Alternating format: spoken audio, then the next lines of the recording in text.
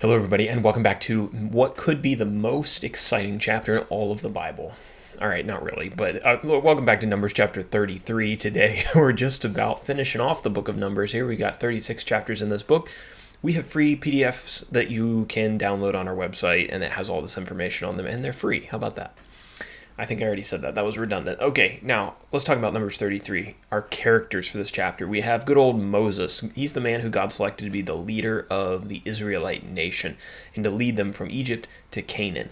And we're going to talk about the Canaanites, who were naturally the people who inhabited the land of Canaan, the land that God promised to give to the Israelites. The events in this chapter occurred right before the children of Israel went into Canaan and inhabited it and conquered it.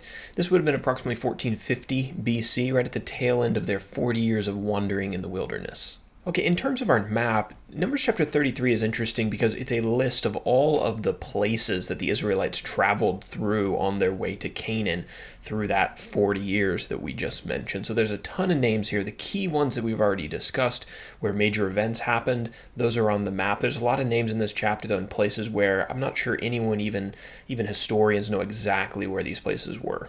So then we go over into our outline, and it is definitely summarized outline because there's no possible way I don't think that I could fit all of the names of these places on this outline and make it in any way helpful. So we summarized the first section, verses 1 through 49, is a record of Israel's journey. So God had told Moses to create a record of all of the places that the children of Israel visited when they were in the wilderness between Egypt and the land of Canaan.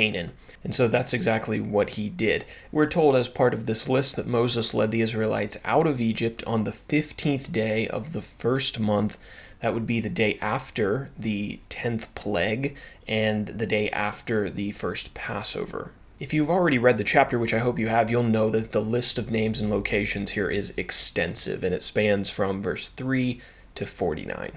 The chapter finishes off then in our second section, verses 50 through 56. God commands the expulsion of the Canaanite people. So God commanded the Israelites to drive out all of the inhabitants of the land of Canaan when they crossed the Jordan River. They were not allowed to let any of them remain and allow them to live among them. They were also to destroy all of their pagan idols and their pagan places of worship. God warned the people that if they didn't follow his command and they let the Canaanites remain in the land, then they would become, quote, barbs in their eyes and thorns in their sides, and they would have a corrupting influence on God's people. And finally, we're told that when the Israelites conquered Canaan, the land was supposed to be divided up by casting lots. And each tribe was to receive a portion of the land proportionate to the size of the tribe or its population. Now for application, let's draw on that last section that we just discussed. God specifically told the Israelites to expel all of the Canaanites from the land that he was going to give them. Why was this so important? Well, kind of as we mentioned, but drawing an application for the modern day, it's important because the people that we live with and associate with have an impact on us, whether we want to acknowledge that or not.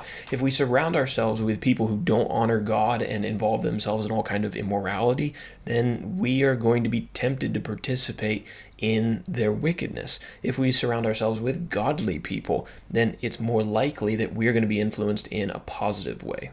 As we watch Israel through the upcoming centuries in the next few books of the Bible, we're going to find out a couple things. Number one is that they didn't obey God's command to cast out all of the Canaanites. They let some of them remain. And number two, those native people who lived among them had more influence on them for bad than they ever could have imagined.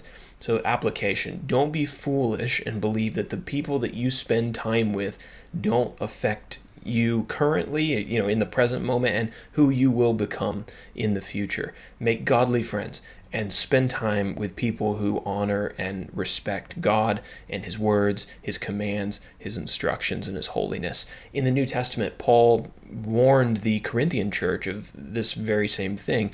In 1 Corinthians 15, verse 33, Paul said, "Do not be deceived, don't be tricked, don't be foolish. Bad company ruins good morals."